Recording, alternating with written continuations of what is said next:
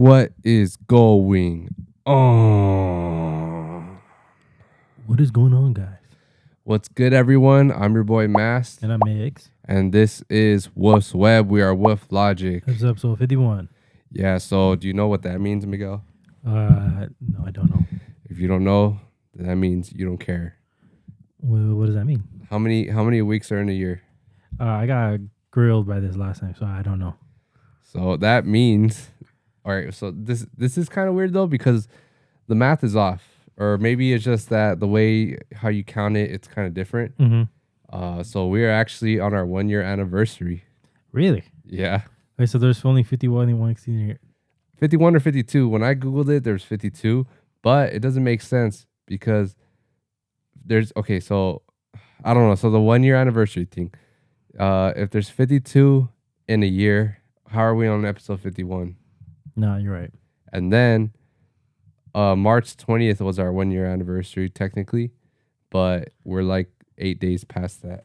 Yeah. So I'm trying to make that make sense too. So yeah, that right there, that is a little bit confusing, but yeah, we are on our 1 year anniversary of Woof's Web. That's crazy. Yeah, man, I went through really fast, and we probably broke the record already of most studio setups. I think we've done probably with like within the year. Yeah, within a year for sure. I mean, just in general, actually, bro. Like, think about it. People don't really switch up like that. Nah, man. Probably like two different times throughout the whole course of the podcast is when people change their studios. But I know Pat McAfee actually changed a lot. Yeah. But for sure, we did it within a year. We probably switched up like 4 times. And that's just due to unforeseen circumstances. You know, we got to do this, we got to do that. But we're for sure soon, we're going to lock into the official spot. Just the stepping stones into our next spot, I guess. Yeah. We got the foundation going, which is my house right here. As you guys can see where we're at right now. We're actually in my bedroom, but hopefully... It's really good progress. I wish we could show you what's going on, but I mean... Maybe we'll do like a little vlog or post it on just what it looks like now, I guess. Yeah, compared to like what they showed me in the beginning, now it is. I'm like, damn, it's like night and day. Yeah. Oh yeah, man. It's been a long journey building this shit. I mean, I think we started. I know it was like last year. Around November. Was it November? Not last. So it was a year and a half almost. Damn. Let me see. I know I got a picture somewhere. But for sure it's been over a year, I think. But while I get there, how was Beyond, Miguel? It was. I don't. I had a good time, but something. I mean, then this is my thing. I just felt like. I missed out on something while I was there. I don't know what it is exactly, but something kept telling me like there was more I could have done. I don't know. But that's my personal feeling. Maybe it's the fact that we stayed at the techno stage most of the event. I mean, yeah, probably. Maybe. And then also just like day one, like I didn't even know until after the fact that people were sneaking in like crazy. Oh yeah, for sure. People were sneaking. Yeah, they were hopping over the fences, and I don't know what it is about that, but it kind of makes me feel like we're still. This is what a rave is. Like we're still at a rave because people have been doing this since. I mean, obviously, you know, even as far as EDC LA, when they had shut it down over there in Los Angeles. But, you know, people sneaking in has always been a thing. It's not anything new. No, it's not. But, yeah, people broke over the fence by jumping over it. That was like, funny. There's, like, probably 10 people jumping at a time. But it's just crazy. But, yeah, I don't know. Something about it just makes me feel, like, kind of like at ease. Yeah. It's kind of a weird way to feel about it. But, yeah. But I get it. Maybe also the weather has to factor. Maybe. That's true. Like it was really hot day one and like kind of cold the second day, and it rained also. Oh yeah, the rain was a nice touch. It's been a minute since we had a rave with rain. It was cool. Like it was raining during like I hit models, and you can just see like the flashing lights. Yeah, because it was a perfect amount of rain. It wasn't like we're soaked after that or anything. It was perfect. And it came and went. It wasn't like it wasn't raining like the whole time. It was just coming and going. Yeah, it didn't rain more than an hour. It's funny because like there were both times, but both days where I had like I had peak moments during each day. Yeah. But like I couldn't say specifically which day for me was like the better day, but because like each day had like their own set of like, damn, this was fire, damn, this is actually ass, damn, this was fucking ass. So, but it was a mixture of that. But so overall, like I wasn't mad at the weekend. we were with our squad the whole time. Yeah. Even though sometimes it was probably a little bit too much, especially like remember that because like we were in like that huge ass group on day one, and then when we went from the hardstyle stage to go see Chris Lorenzo, we lost like half of everybody. Wait, we saw Chris Lorenzo? Yeah, remember? Are you sure? Yeah, we went to go see Chris Lorenzo at the main stage for like 20 Oh yeah, minutes. yeah. And that's where we lost like half our group. Yeah, true. I actually lost you guys because I was like, you know how we always go on the side stage from the left side? Yeah. I thought you guys kept going because I lost you for you guys a second. So I just kept walking and walking and walking. And I was like almost damn near to the front. And I'm like, okay, I know they wouldn't have gone this far.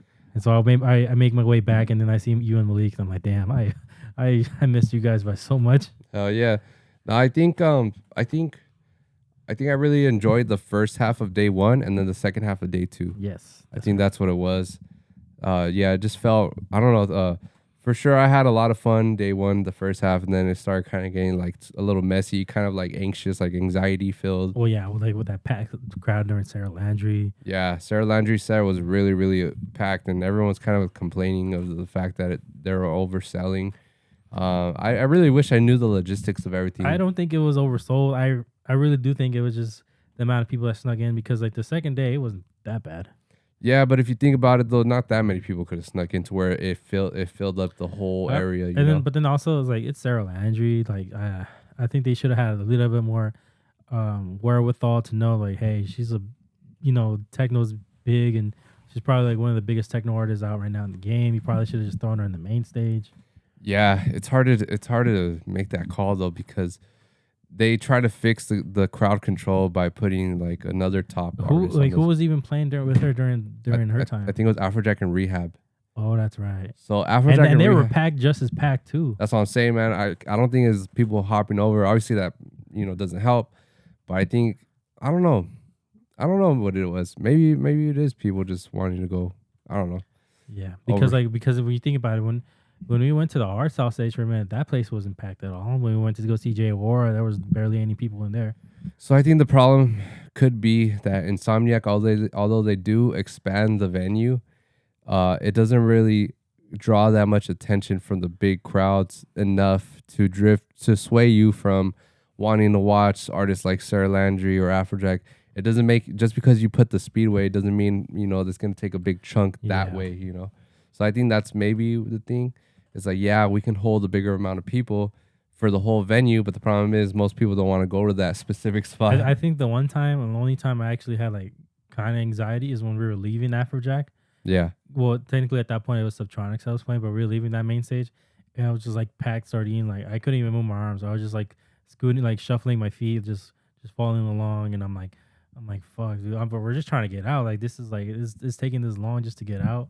Mm-hmm. That was the only target, and then even then, like it took us just a little bit, even outside the tent, where I finally felt comfortable. Like, okay, I'm not in the crowd anymore. Yeah, main stage for sure was a hectic area, and that's kind of like just a reminder of why I don't like to go over there anymore. Except for Will fucking Sparks. Yeah, Will Sparks was sick as fuck. It did help that he played early. He had an early slot, and he still had a bomb ass crowd. He had a good crowd. Yeah, everyone was lit. He was for sure the party starter. So Will Sparks played 6:50 p.m. main stage day 2. Clearly, that's the wrong slot time, but I'm sure as his popularity grows again, because he did have a good rise with the Melbourne bounce when that was around. He kind of rebranded into like a new techno wave. Yeah, but it's not like your generic techno. It's kind of almost like a mainstream kind of. Yeah, like a big. It's more appealing to the general audience. Yeah.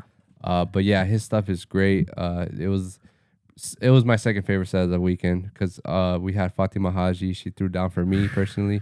That was my number one. I'm sure Sarah Landry would have been up there too, but we had to dip like 10 minutes in because of how overwhelming it got with the crowd. Yeah, it took forever just for us to go to the bathroom of the stage. That was over there. It was just all bad. Yeah, it didn't matter what side you were at. Fatima was fire. Trim.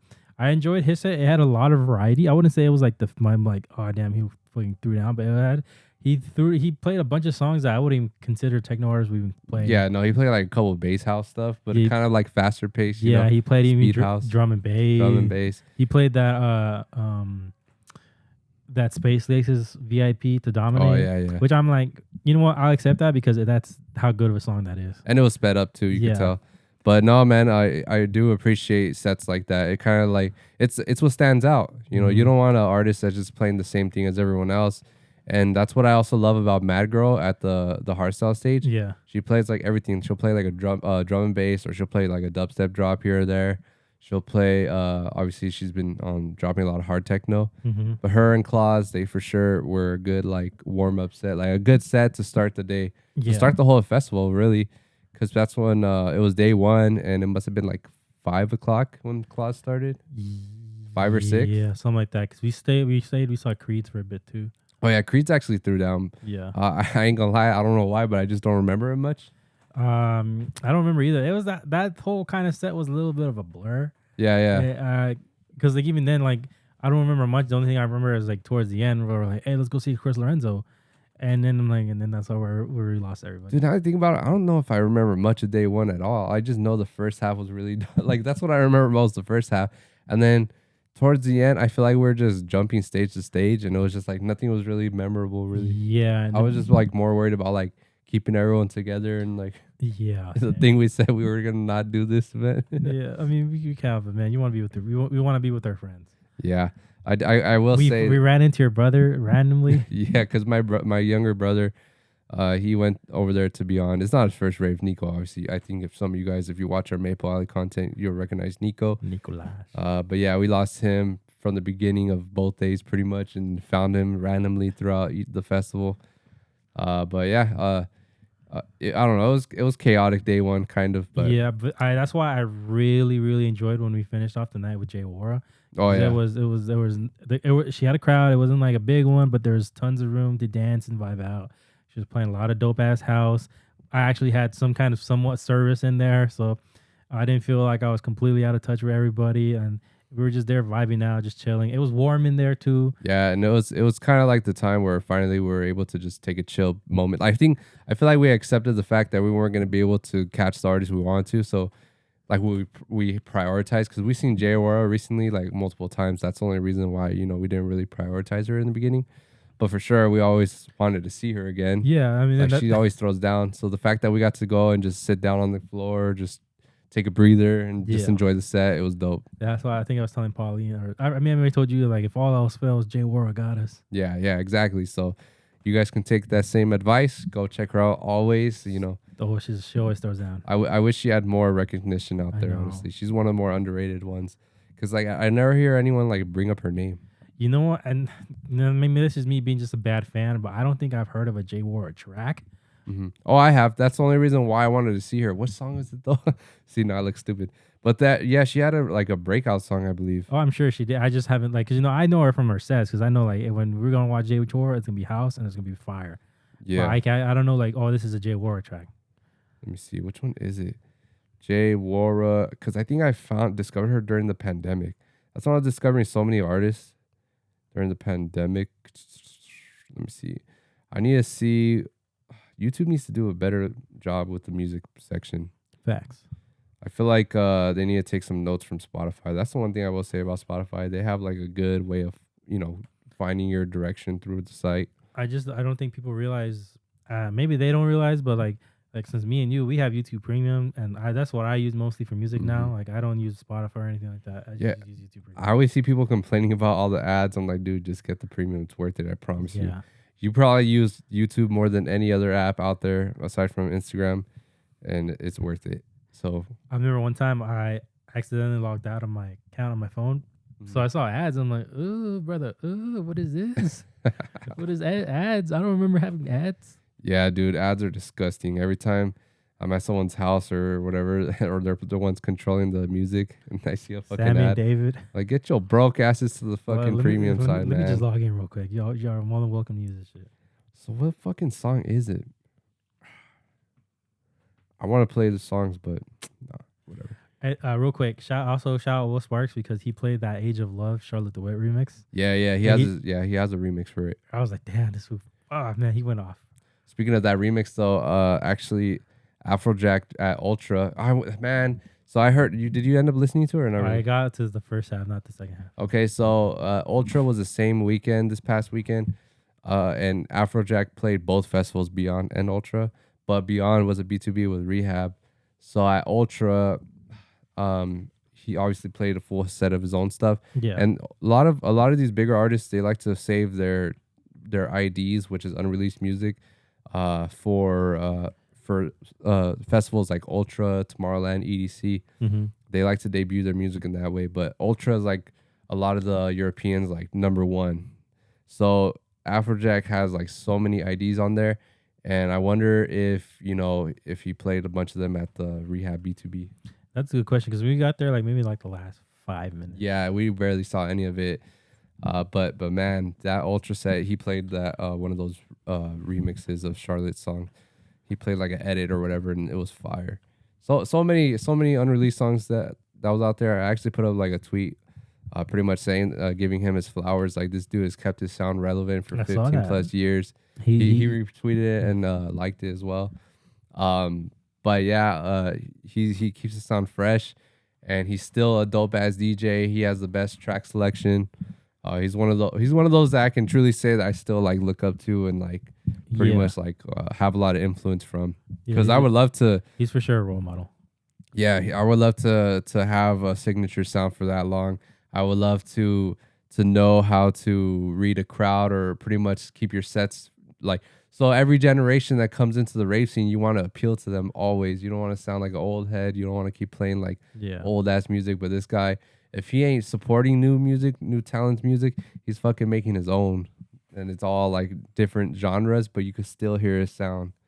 So that's one thing like I would strive for us to get is like our own sound. Yeah. I feel like we have I feel like for us we have a signature We have a vibe. energy, Yeah. similar vibe. Because all our songs they mesh into each other, except for like the couple house songs. Yeah. Like I feel like we've gone through the phase of making random genres. Like we had the drum and bass remix, we had the house EP. Yeah. We've had a couple dubstep songs. I feel like now we're in the rhythm of finding just like kind of like club music, but like EDM. Yeah. And then obviously like the hard techno, we make it tasteful for our sets. Yeah. Because we can make it like to where it sound like we know how to make it sound like a European kind of sound, and we also know like make it more Americanized so it's more tasteful to our crowd out here. Yeah, or like Jersey Club. We could make like, super how do you call it? Pure Jersey Club. Yeah. But I feel like that's not really our style. So we have to make every genre like still fit our sets. Yeah. Because I don't want people to be like all mixed in how they feel about our portions of our sets. Because that's what I like to do for our sets is start off with high energy, kind of bring it down to like memorable or recognizable songs, and then but also switch up the drops to stuff that's relevant to us and our music. Yeah. And then just it's somewhere in the middle, kind of go into the niche stuff that I like. Kind of going back in time with throwback stuff, because I feel like that's something we miss in a lot of these in the sets at festivals, because a lot of artists want to play the same music, the same like easy stuff that they know is just gonna hit. And I'd rather us just go back and touch to those old genres for maybe people that grew up in the same era we did. Yeah. And that way, I don't know, it kind of just unlocks the memory for anyone out there. And then obviously close it back out with a lot of our own original music, kind of, because maybe it's cheating, I don't know. But I like to steal a bit of the next DJ's crowd. Because, like once the next DJ is coming up, and I'm not saying like steal, like as in like giving them the music that they're about to hear. I like to give our original music to the next DJ's crowd. That way they hear some stuff that they like, and they're going to be like, oh, I want to go back and find that song or whatever. Yeah. Maybe they Shazam it in the moment, and that's where they hear our stuff. Because usually when people, especially at festivals, when people are getting ready for the next DJ, they pull up maybe like 10 minutes early, get their spot. That's what I like to do for our sets pretty much. Is I start off with a lot of our music, get into the middle, switching to whatever genre I feel. I feel like we're digging in the moment, and then at the end, go back to our stuff. No, that makes sense. And I mean, because like we kind of like I mean, even when we go at festivals, we always try to get there like 10, 15 minutes before. So, it's just they were just thinking like how we would do if we were being a raver. Yeah, exactly. So that's kind of like I feel is a good formula, maybe for anyone really. If you you want to start off with your original music, and then in the middle is always a mix around, and then close out with your own music again. Yeah. I feel like that's a good way to go about it. So that way, it kind of like when you start your sets, you're kind of like reminding people like, oh, you're showing them like your own stuff, and then when you're closing out, you refresh them again. Like, oh yeah, we're at a Woof Logik set, you know? Yeah. Because I feel like that's what a lot of actually artists do. Maybe like especially like people like, well, for example, Afrojack, they start off with like their memorable stuff, and then they close out with their memorable stuff. Sing along stuff too. I'm very like torn between how I like to close our sets. I want to, because I love closing out with like a fucking banger that you're gonna remember, but I also like to. I feel like for big, maybe prime time slots, you want to close out with like those super like memorable like the sing along. Yeah. It's kind of a confusing way. Like, how do you want to close a set? Do you want to close to get the crowd out of here already, or do you want to close to keep the crowd there? Because I know clubs, they want you to pretty much close to get them out of here. You're like, deuces, boys. You could be, I mean, you could have a fire ass set. There's still a crowd, but if it's like not even like, if it's like just half the crowd of what the crowd used to be, I was like, all right, we're gonna cut this down. Let's go back to the ultra stuff though. So it's kind of unfortunate that day one they had to cancel. That's terrible. Yeah, they had to shut down sometime in the middle of the festival. And then day two, they actually started late. They started late and finished late, which they got a lot of noise complaints from like the people that live in the area. Yeah, I think they pushed the end time to 12:15. I don't remember what time Ultra closes. I think it's either 12 or 2, but they pushed it till like 15 minutes later. So even Calvin Harris went past his set time. I think he's willing to. I think he paid the fees for when he did Coachella too, past the time, because you get charged if you go past the official time with the music. At least you're supposed to shut down the music at the exact time that you're supposed to, and if you don't, then you got to pay like a fee. It does seem like there's been a lot of chaotic stuff going on with Ultra every year. They've had to change venues a couple times.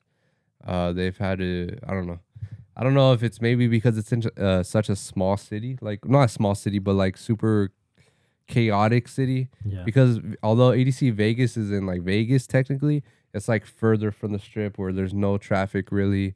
But out in Miami, they're like in the middle of like the beachfront and everything like that. So it is a pretty tough location, because going to Papa's and Beer and Rosarito, like even that's a freaking chaotic spot. Like it's hard to maintain that many people or have like some sort of structure.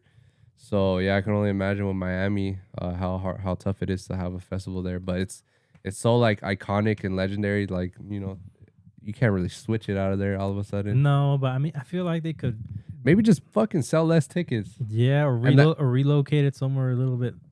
Maybe like the next city over, not necessarily Miami, but yeah, like how football teams they change cities, but they don't change the name of the city on their team. Shout out to Niners for real. But yeah, I guess so. Maybe that will work. I'm sure it's just tough to find spots because there's not enough venues that hold that many people. Did you see that that Imagine Festival? Oh yeah, they're not coming back this year, right? No, I mean, I guess kudos to them. I don't know. We've never gone, but they said the reason they were shutting down this year's festival is just so they can have better feedback and just really just try to make a better experience for the people going. So they'll be back in 2025, but they're canceling this year. Yeah, I can respect that if that is the truth. You know, I can't blame a festival for realizing that, you know, just things aren't aligning. You know, it could be a lot of factors. Maybe they didn't profit as much as they were supposed to previous years, and which is understandable post pandemic. You know, a lot of people don't notice or realize it because, you know, we still get festivals, but it kind of did a lot of damage to a lot of these companies. Yeah. You know what's funny? With that specific festival company, every time they put out a lineup, I always thought it was fake. The Imagine one? Yeah. It just always looked like too Avatar-y. Yeah, and I'm like, this ain't real. This is just like a meme or something. Then I actually look more into it. I'm like, oh, this is actual festival. Hey, it's because they do have like kind of they mesh in hip hop here and there, and it's kind of like random artists. Yeah. But I don't know.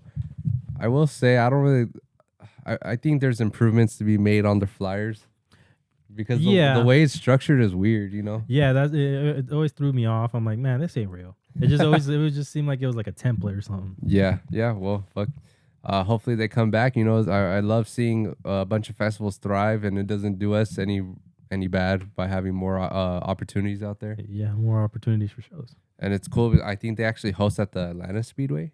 Oh, that's cool. Yeah, or unless I'm thinking of the wrong festival, but I think it is Imagine Festival. It is in the South out there. Yeah. So yeah, they used to do at the Speedway. I wonder if it's as big as ours. We have a Speedway over here in Fontana. Is that one getting shut down? I've heard like it's been I think they're just downsizing the speed track or the racetrack. whack. Yeah, I don't know. It's been a minute since I've been there for anything outside of Hard Summer. I used to go a couple times back in the mid 2000s. Mm-hmm. Went over there for like some NASCAR stuff. NASCAR. I haven't gone to the Vegas one for any. I don't know. I'm not really a big fan of the racing. Kind of hurts my ears. Yeah, I think they do like 100 laps, right? something like that. Damn, people really be pissing and shitting themselves while driving. That's crazy. It smells like fucking mierda. Mm-hmm. But anyway, yeah, man, Ultra was. It looked cool though. I mean, outside of like all the flooding, it looked pretty cool. I know. I heard High-Low set is fire. Mm-hmm. Afrojack's fire. Calvin Harris, I haven't heard, but I do have it saved. I gotta check it out. He's getting a lot of hate though. A lot of hate online. You see him like clap back at that one dude. Yeah, man. It's because like a lot of people are bitching at him for playing his own music. Pretty much, it's like, why is he playing the same old songs? You know, What? or the set's whack. It's just like, dude, like he has so many streams on every single song, and it's just like, how is he not gonna play that shit? Y'all don't deserve to see him. Plus, he does put attempts to like evolve it and like make his own VIPs or do edits with it. Maybe use someone else's remixes. It's just I don't know. Well, you saw him recently. How was that? Okay, so I feel like the crowd messed it up for me because a lot of the people didn't really like care for him. They're there for like the rappers. Trash. So you know how that goes. The rapper crowd, I don't know what it is about them, man. I wish they would just have better vibes. Yeah. But anyway, yeah, no, when I saw him at what was it again? Life is Beautiful? Yeah, Life is Beautiful. I saw Calvin at Life is Beautiful recently. Yeah, no, he threw down. I was kind of surprised that he played essentially the same set as 2015. Yeah. But at the same time, it was different because he played a lot of house music, a lot of like the newer house music. But no, like the structure was the same. He opened up with Cuba. So it was like kind of similar, you know. It was dope. It was kind of like, okay, so when we first saw him, it was obviously like magical, like top tier shit. Yeah, yeah. When we seen him this time, it was kind of like, okay, I've seen this song and dance before, so that kind of depletes the enjoyment out of it a little bit. Yeah. It depletes it more that it wasn't my first time. It depletes it more that the crowd was fucking whack, and I'm sure there's other little elements of what that made it, you know, not as enjoyable. But at the end of the day, it still was a grade A set, you know. Yeah. It wasn't like, oh, that shit was whack. It was just the scenery or like, you know, the vibe wasn't there. Yeah. And that makes a big difference in sets, you know. I've had sets where I had so much fun. I'm like, yeah, that shit was fucking fire. That fool killed it. But really, it was just the crowd that made it that hype. Oh, You know- for sure. you know what I mean? Yeah, we've had a couple of those. It's just the crowd. You go back and listen to it, you're like, this shit's whack. Yeah. But in the moment, you're having the time of your life. Like, I've had sets like that so often. And I wonder if that's how the case with us, too. Because every time we play, I'm like, yeah, that was our best set. Yeah, that was our best set. But no, for sure, I think the Phoenix one was.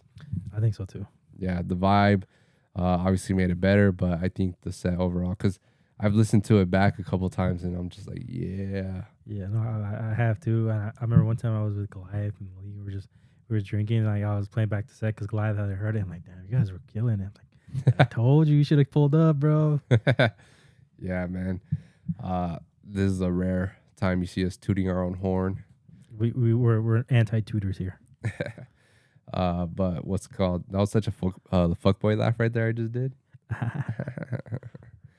But no, man. There was a lot of highlights out of this past weekend. One of them was Valentino Khan with the In-N-Out burgers. Bro. Valentino and Dylan Francis, they had a B2B. They're over here tossing In-N-Out burgers. They had the In-N-Out outfits. Imagine getting pelted with a double. That shit's cold. If it was warm, you know, I wouldn't be too mad. You know? Yeah, those were mad cool. But if it was cold, yeah, I'll still eat that shit, but it won't be as enjoyable. I feel like that's a health hazard. right? Probably, you know, it's not supposed to be out for longer than I think an hour. Your food. technically. Yeah, I mean, Pascal, be careful with that, man. Watch them get sued. Imagine, bro. Ooh, I really think that's like a health violation. Like, Hey, man, I ate one. I don't feel so good. yeah, Pascal, give me 2 milli. Get a lawsuit going. Yeah, I think it'd be on Valentino, or maybe it would be on Pasquale since the insurance thing. it's on them for sure because like they're the ones they have to give the okay. No, do they have to get the okay? Well, I mean, they have to tell them. I mean, sure, they have to tell them beforehand, like, hey, we're gonna help people with burgers. Bro, you know how much I wanted during our sets, like just get our rider, get the bottle, and just give it to people. Pa, pa, pa. Here's a shot. Here's a shot. I mean, we do it after the fact. Well, no, we haven't. Well, we'll give out like drinks after To our friends. to randoms too. Really? You did that? I never done that. Arizona when we were like, giving out drinks to like randoms. Were we? Or I at don't least remember shots doing or that something. shit. I don't know. But I know for at least 18 and up events, you're not allowed to. 21 and up, you can. Yeah. Which that was a 21 and up. But yeah, because I remember during Dimitri Vegas and Like Mike, their Tomorrowland set in 2014. Yeah. Like they're over here just giving people shots. Like they hop down and they go and give people shots in the crowd. I'm That's like, man, fire. yeah. But over there, I think the drinking age is lowered. What else happened to Beyond? Anything else? That fight. Oh yeah, there's a lot of fights over at Beyond. Apparently, you know, there's a video going around with like a Royal Rumble and shit. Yeah, that girl was getting her ass beat. Yeah, I forgot who. I think my mom thought it was a boy beating up a girl. I was like, nah. What the No, that was a girl getting laid his hand by another girl. Yeah, I don't know. What do you think sparked up that fight? Someone didn't say excuse me. It was like multiple girls, right? Lately, I noticed girls just be feisty over there at those things. For sure, someone didn't say excuse me. Yeah. Was that in the crowd though, or was Yeah, that by the bar? No, I was in the middle of the crowd. I remember there was a fight during the Cascade set when we saw him at EDC 2015. Yeah, there's like a Oh yeah, I forgot. we're near the about that. front and like there's a whole ass fight during Cascade. Like ain't no way you guys are fighting this shit. That's funny. Fucking a Royal Rumble going down during a trance set. Sleep alone. Yeah, no, I don't understand people like that, man. Me either, man. You're there to have a good time. Why are you there to fight, bro? Over here risking getting kicked out, getting the boot. I wonder if there's like a Insomniac jail. Either a jail or actually jail, because you know there's actually cops there too. True. Yeah, people be going to jail for fucking sneaking in. They go to jail for selling drugs.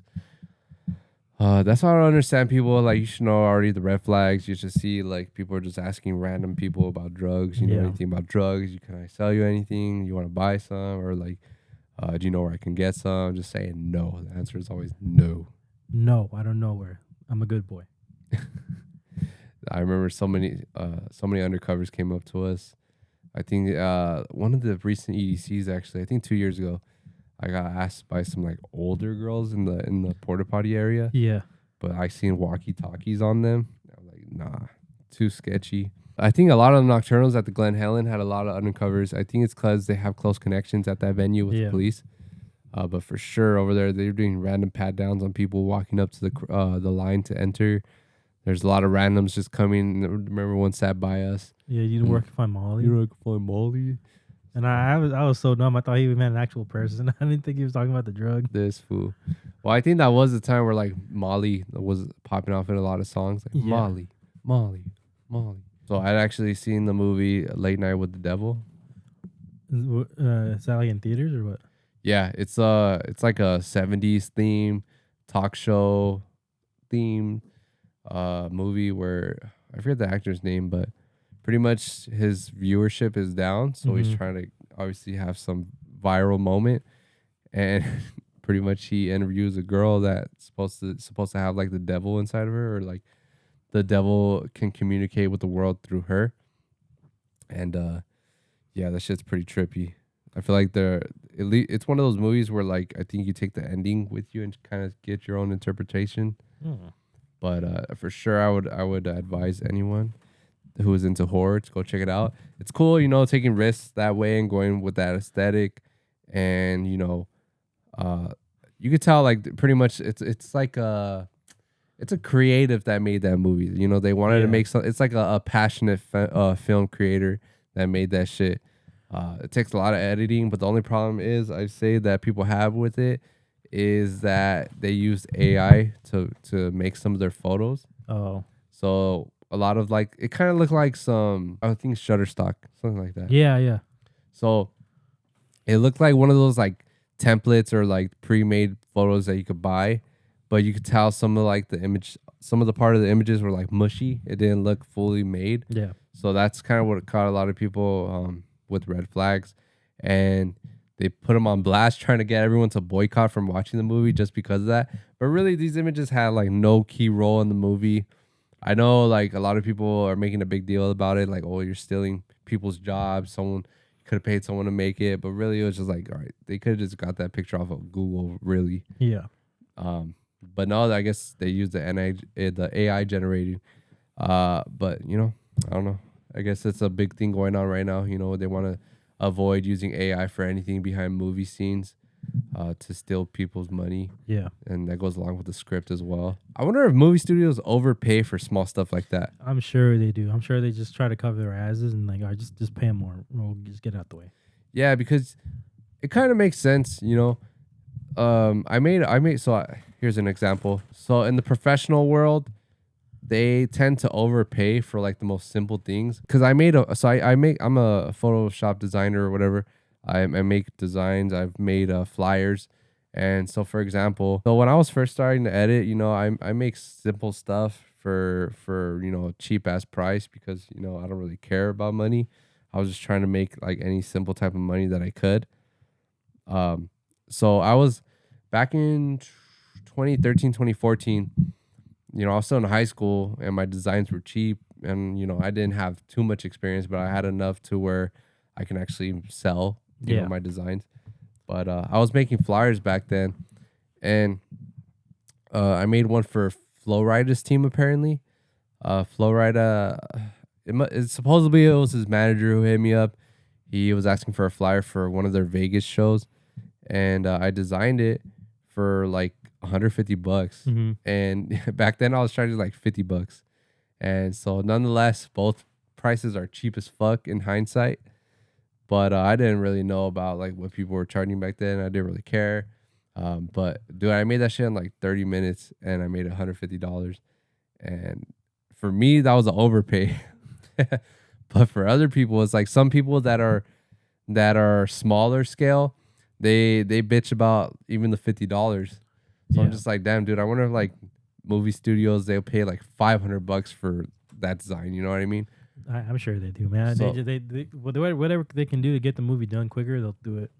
yeah, well, I mean, Which is why you always be hearing. I'm sure that's why they be having like expensive ass movie budgets. if you guys have ever done anything small for movie studios or any higher ups, please let us know in the comments. Maybe give us an example. I'm really interested in knowing because it kind of gives people a good idea what to ask for to begin with. Because, for example, if I were to go work for a movie studio, not knowing what a designer is supposed to get, I may just be getting finessed. Yeah. But I guess to a certain degree, it doesn't really matter for if you're happy with that price, if you're good with that, then it shouldn't matter too much. But I feel like there's enough money to go around for everyone to want to I don't know. There's enough money to go around for everyone who wants a foot in the door. Even for like music artists. Yeah. That's why I find it crazy. People always just like, they just have like this like mentality of like, oh, it's me versus the world against other people in their profession. But I'm like, do you think about it? Everyone's here trying to just do the same thing you are, just help people out. Yeah, and it also does suck. So I've actually heard stories. So I've tried to make proposals to people. I want to do like flyers for you weekly. That way, you have high quality stuff and you have someone you could trust to give you a good quick return. We could work closely even on the designs, but instead they'd rather go to one person who's gonna give them 4 of them for $25 each. Mm-hmm. So it's just like you got people charging fucking a bag of peanuts just to get the sale for them. You know what I mean? It kind of used to be like that in the DJ in the house party scene too. The host would always want to go with the cheapest DJ. Yeah. And DJs knowing that, they lower their price just to get the fucking gig. Yeah. They're just shooting themselves in the foot. Yeah, just so they can get all the money, but really it's just like we're all losers in that case. We're supposed to be charging upwards. We're not supposed to be charging downwards.